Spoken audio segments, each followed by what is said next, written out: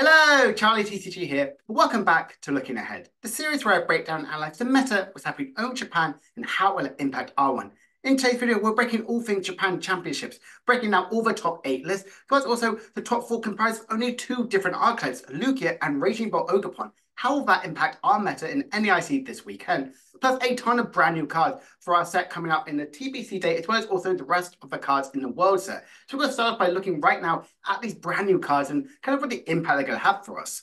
So we have now seen kind of like the return of the stellar Pokemon. The first time we're seeing that in the set, and it was a really good one, Trapagos. Trapagos has a really good attack, 30 damage, and if you go second, you can't use attack during your first turn. This is 30 damage times the amount of bench Pokemon you have. Now, in theory, this doesn't seem too strong. 180 damage for double colors, that seems pretty okay. But if you have Area 0 Underpaths, if you have a Terra Pokemon in play, you can have a bench full up to 8. Now, this is incredibly powerful. Now, also, you can hit for 240 damage. But if you have Sparking Crystal attached to this, the Terra Pokemon attack have 1 colors less. So all of a sudden, Trapagos has an attack cost for 1 energy to do 240 damage. Or if you don't have that really good new A spec, there's also the new Crispin supporter card, which is searched out for 2 basic energies of different types. Put 1 into your hand and you can attach 1 of them to 1 of your Pokemon in play. This is an incredibly, really powerful engine. And I do think that Trapagos is going to be incredibly strong because it's so powerful, but you can use it during the first turn. Which I think it is a really, really powerful attacking option. One thing I really like about the Sparkling Crystal as well as the Crispin and even the Area Zero Underpath, all of these can work really well in the likes of Charizard and Dragapult. You can have a really big full bench and even get all your setup Pokemon like Rotom and Minion, have a ton of support Pokemon, even like Bibble we can have in this one. You can have a Sparking Crystal, so Charizard can now attack for 1 energy. So I know that could be a bit of a worry about in control. You know, have this really powerful ace spec. And Crispin, I think, could be really good in Dragapult by searching your 2 energies, because it requires 2 very different energy attachments. And this could be much stronger than even Xatu or even likes of Mela, which has seen a little bit of success in some Dragapult lists. I think this could be really good. Area Zero can also add a lot of stuff, even like through Shenpao if you just build a Wellspring Ogerpon, or potentially some other new Terra cards, which eventually when they get revealed. Honestly, I think this is really, really exciting, and we have a brand new archetype already right now in the set. But what other really good support Pokemon got revealed? Well, we saw Noctowl, which is very, very similar to Shady Dealings, if you remember that in the Italian line. When you get to evolve this Pokemon, one in Pokemon, and if you have a Terra Pokemon in play, search it for 2 trainer cards, reveal them, put them into your hand, shuffle your deck afterwards. Now, this is really good because you can get Ace Spec, you can get your Stadium card, you can get an item card, or even your supporter for turn. You can even have a Trapagos, or you can even play this in the likes of Charizard to get any of the 2 keys that you might have, Ultra Ball, Rare Candy, or Arven and Forest Hill Stone to get all of your combination cards. It is a really, really powerful card, I think, which is going to be really good in lots of other deck. One other good colors card we do have is Rotom, with the amazing Fang Core attack, which lets you search deck for 3 color Pokemon with 100 HP or less, reveal them and put them into your hand. Now, this obviously can get out your Hootoo, set up your Noctowl, but also this new Bufalon, which pretty much means if you have another Bufalon in play, all your basic colors Pokemon take 60 less damage. Well, you saw where Trapper goes. Well, if you have 2 Bufalons in play, obviously you're going to have a big bench anyway. You're expected to have 290 HP. Or if you have even the likes of a Bloodlunas Luna, we're already having additional 260. Additional 60 HP on top of that is a lot to deal with any opponent. Having 320 HP on a basic colorless Pokemon is really, really detriment. I do think this could see a little bit of play.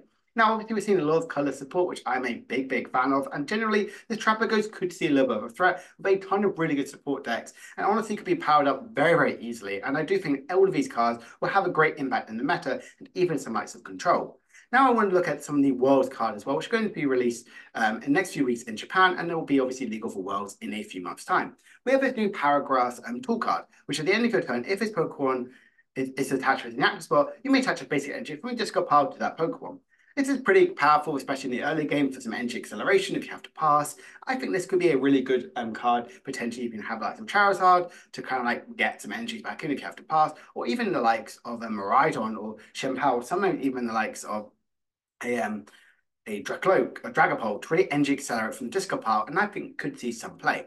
Now, the rest of it, we did see this Terra and Reverum, which does 20 damage, and if you move this Pokemon from the bench to the active spot, does 120 more damage. So 140 damage for 1 metal seems pretty good. 280 HP is quite a lot. It also has a very interesting second attack for 3 metal energies.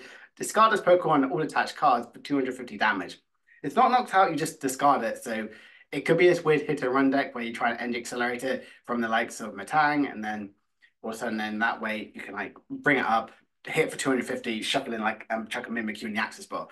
That could be a weird deck which could see some play, but honestly, it's very, very mid. I did miss the Genesect last week. Genesect has the reason Ace Canceller, which if it has Pokemon with a toolkit attached to it, your opponent can't play any Ace specs from their hand. This is stopping like Supreme Catcher, Unfair Stamp, even like some Giant Hero's Cape, or even any of these brand new Ace specs we've talked about before. Could be really, really good to stop any of these really key Ace specs of choice. I could see some play in some decks, definitely in control, but having a limitation of a tool card could be just a little bit detrimental to some of your gameplay action. Hackthrows is pretty much Regidrago's really good new best friend. If you attack Axe down, if your opponent's active Pokemon has any special energy attached to it, it is knocked out. This is very similar, if you remember, like the Arceus Beedrill deck, which did really well in the Brilliant Stars metagame. Now, it is very difficult for this to be a properly deck around this one because the second attack, you have to discard the top 3 cards of your deck for fighting and the metal energy, and only do 230 damage. So if this could be seen in some play in the likes of a Regidrago as a really good secondary attacking option, if we see a lot more legacy energy pop up, and more importantly, it's really good against Lugia, because they nearly exclusively play special energy. So I could see this being quite a nice little play. And Knight Academy is the last new card we're going to look at, which is a new stadium card, which once during each player's turn, that player may put 1 card from their hand to the top of their deck. It is basically, you know, the Orangaroo card. So it's good to see some Kirim VMAX have some little play before it does rotate next year. Honestly, the rest of these Worlds cards aren't game changing, but I do think like the Okie dokie stuff could be really, really good with that really good darkness support. Now, let's look at Japan Championships, and quite a lot was talked about. Now, we did release some of the dates of their next Champions League, which I will talk about in next week's Looking Ahead. But right now, I want to look at the results, where there was 2,066 players there, and the first place was won by Lugia. Now, this was definitely quite a bit of a surprise here. Lugia is definitely one of the strongest decks. It did really well in the last Champions League by getting top 4, and now getting first place, as well as also top 4 and 2 top 8. So half of top 8 was Lugia. So Lugia was incredibly dominant. So potentially we could see a huge rise of Miraidon going into this new format. Raging Bolt managed to actually get a second place and a top 4 as well. So this deck obviously came a lot of hype at the end of Japan Championships, became incredibly popular on the online scene for us, and really it hasn't really slowed down. It is so powerful, so aggressive. I could instantly get these big one-hit KOs and effectively do 350 damage turn 1, going second nearly every single turn. It's absolutely terrifying. We can see it's done incredibly well. The rest of the top 4 was a Gardevoir and a Roy Moon. Roy Moon was a little bit surprised. It's basically like Roy Raging Bolt, but I think it's a little bit worse right now. But you do have Darkrai to reuse any of your key item cards. More specifically, you can reuse like the Prime Catcher, and Gardevoir as well got top 8. Gardevoir's been doing incredibly well in Japan season this year. Again, second place, top 4. So it's also now a top 8. So it's done really, really well in the last few Champions League and Japan Championships just recently. The Monkey Dory and Unfair Stamp really does unlock the deck to such good, great possibilities. Some of the rest of the top 16, we saw 2 Dialgas, where Dialga actually got 9th. And for those who don't know, Japan actually just went to a top 8. So I'm not sure if the Dialga actually bubbled out, but seeing 2 Dialgas get top 16 is really, really interesting to see. And Lothum Dragapult was right now, as far as we're aware, the best place in Dragapult list. And from the top 32, we saw a Shenpao, which I love this build, which I can't wait to talk about. Another Raging Bolt, an Ancient Box, a Goldingo, and a Miraidon. So quite an interesting plethora of cards. We can see that Lugia has done incredibly well, so I would definitely predict that Miraidon is really going to really capitalize on this new metagame. But it will struggle in likes against Raging Bolt, because Raging Bolt just does Miraidon, but so much better. It's such an aggressive archetype and could draw super well, super consistently, and energy attached constantly up the wazoo, as they say. Now, the rest of it, I'm really, really excited. So let's just dive right into the first place Lugia list. And honestly, there's not too much of different than where we're seeing certain decks.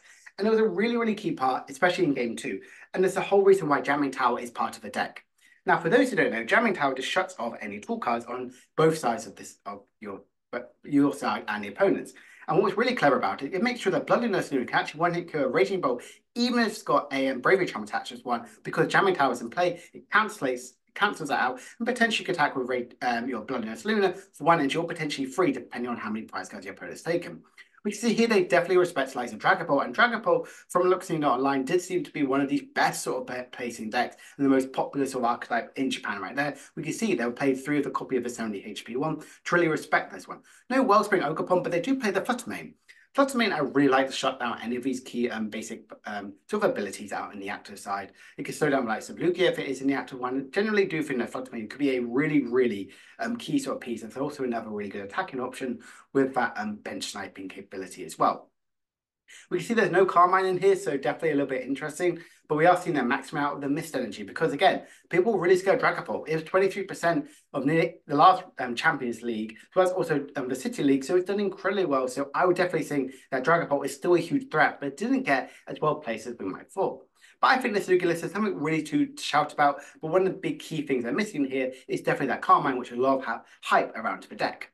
Now, if we see the second place Raging Bolt, we can see here that it's quite interesting. It does play the Sandy Shocks. Sandy Shocks is a really good secondary attacking option. It's basically answer to Mimikyu, because this deck absolutely loses if for a double Mimikyu and you can't do anything, you can't attack through it because you don't play any Pokemon that really deals with any sort of the big aggressive pressure. We've seen some decks play the likes of Fluttermane, which can get these one-hit KOs on the Mimikyus because they can easily be powered up with the likes of Sada. But I think one thing which I love about this deck, it does play the likes of the Pokemon Catcher, and we saw it do again for huge success in the finals, getting that really crucial heads flip, which I think makes this deck really strong. I bundle Prime Catcher, Boss's Orders, and Pokemon Catcher. There is so much gusting in this deck, and even some things where you can still play a Sada and still have the potential to gust as well.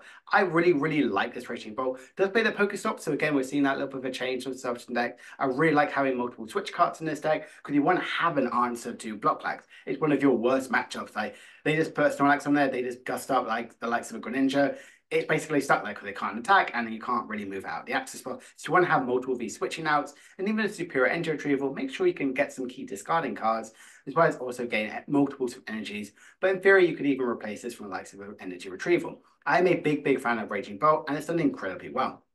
If we look at the top 4 Raging Bolt here, it's a little bit different to the last one. Like I was saying, it does play the Fluttermane, so that is your answer to the likes of Mimikyu. We see it plays high counts of energy retrieval. It's also Trekking Shoes. I really like Trekking Shoes, but it does play no Ionim. So you don't have that hand disruption capability, which I think could be really good in the mirror match or other sort of key decks like Lugia or even Lost Box to really limit any of their options in the late game.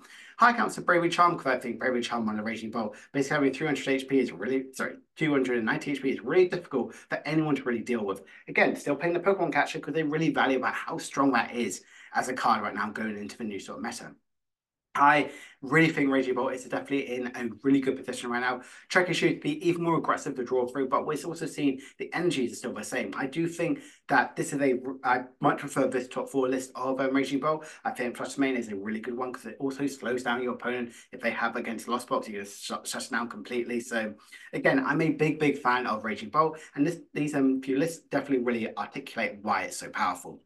If we then look at this top 4 Lugia list, is definitely a little bit different how we're seeing. They are not running any of the 60 HP Minchino, are really focusing on the 70 HP one, but also they're playing a Luminous Energy as well as also Radiant Charizard, which could be really good in the late sort of game. One thing Lugia could definitely struggle with is constantly running out their energies, because if you're constantly be focusing on Iron Hands and Cinccino to really get these big one-hit kills, you're sacrificing 4 to even 5 of your special energies onto these Pokemon. So I do think having the Radiant Charizard is really good in the late game.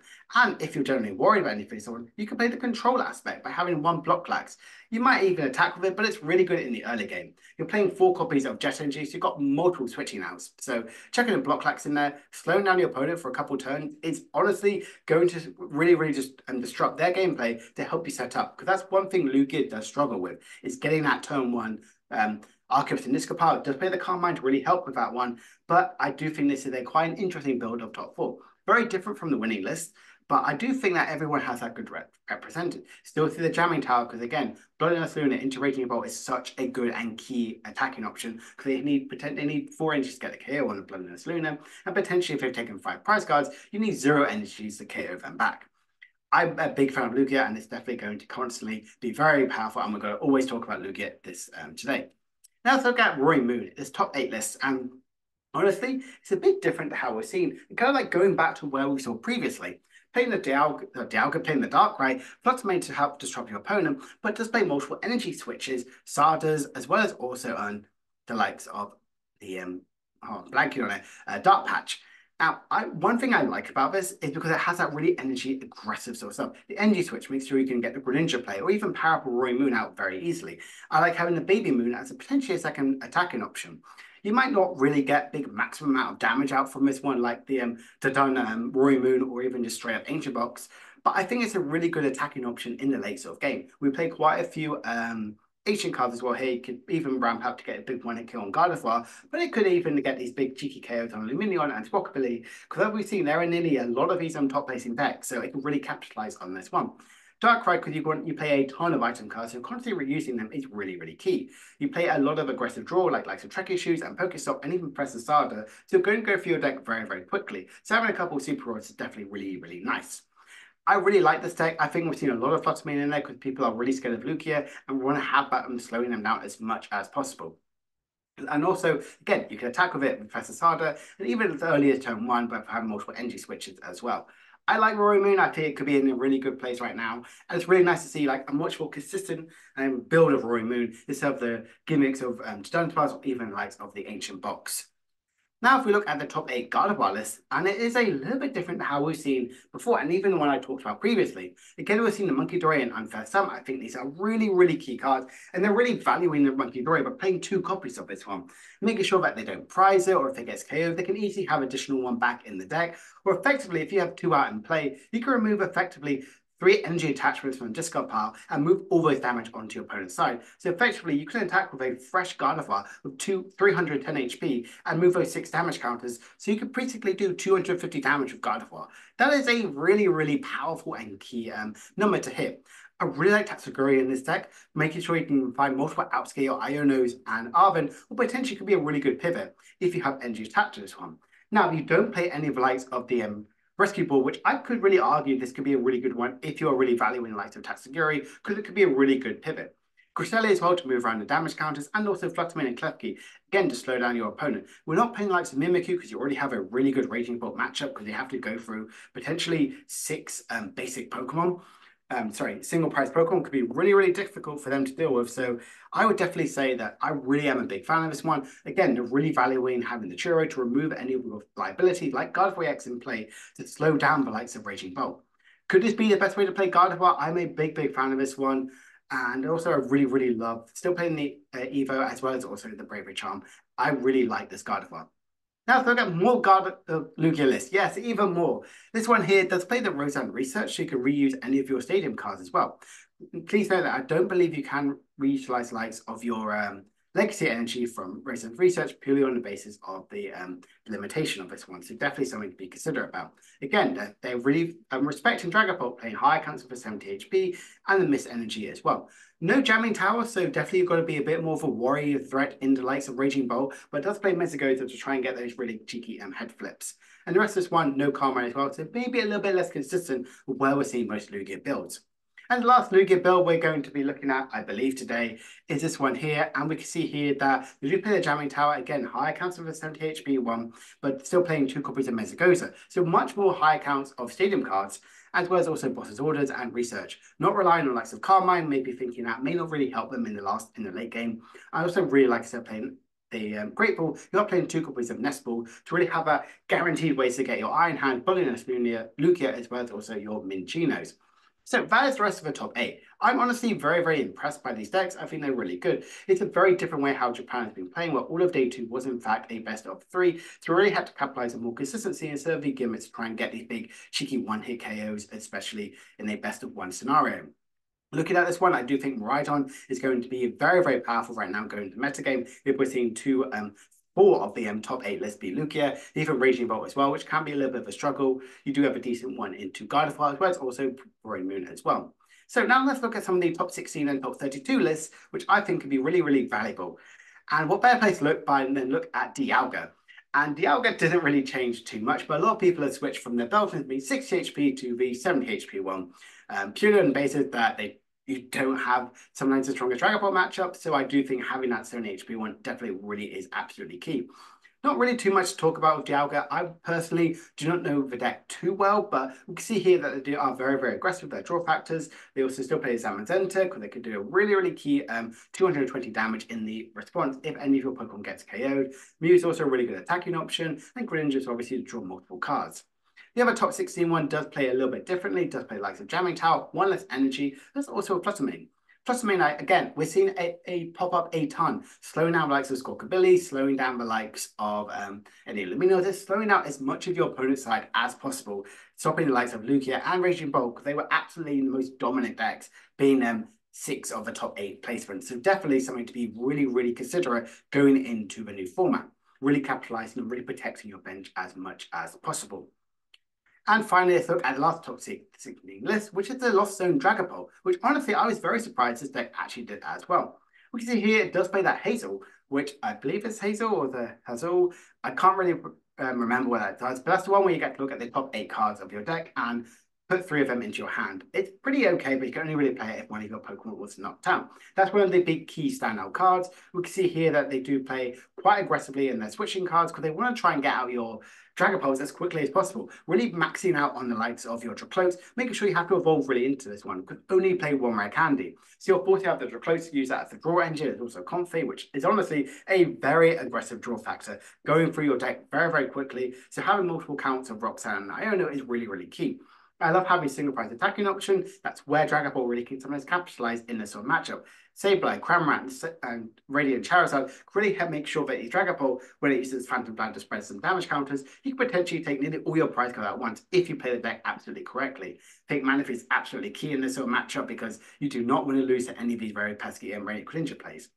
Honestly, I don't think this is the best version of Dragapult. I'm actually in a few days' time finally going to release my Mastering Dragapult video. It's been a little bit busy on my end, as well as also trying to perfect the list as well. Definitely gone through the ringer, and I'm really, really excited to talk about that, which should be out on Wednesday. So I really hope you guys enjoy this one. I put a lot of time and effort into really understanding Dragapult, and I think I've kind of got with like the best 60 right now, and you got a little bit of a tease about yesterday on yesterday's video.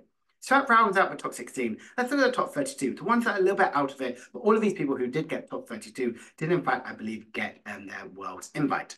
So we're prepared to look at Shenpao, and this is a very different Shenpao list to how we're used to it.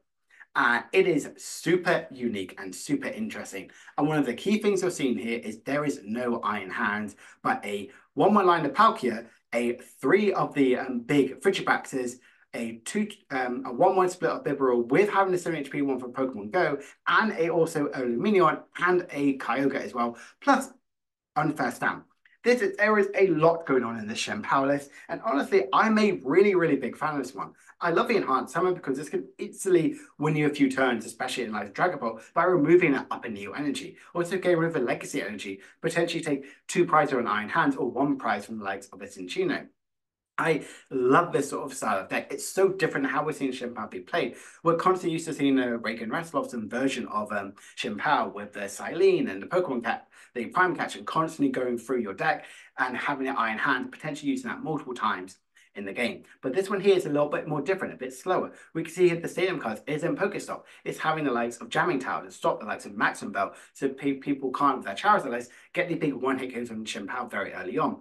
Also having Temple of Sinnoh, again, slowing down the Legacy energy, Upper Neo energy. Those are the really, really key cards which really can really hinder Shenpao in their matchup wise. So I really like having these sort of inclusion in the deck. Even seeing the research and 3 copies of Boss's Orders and 2 Iono, really aggressively in the draw factor as well.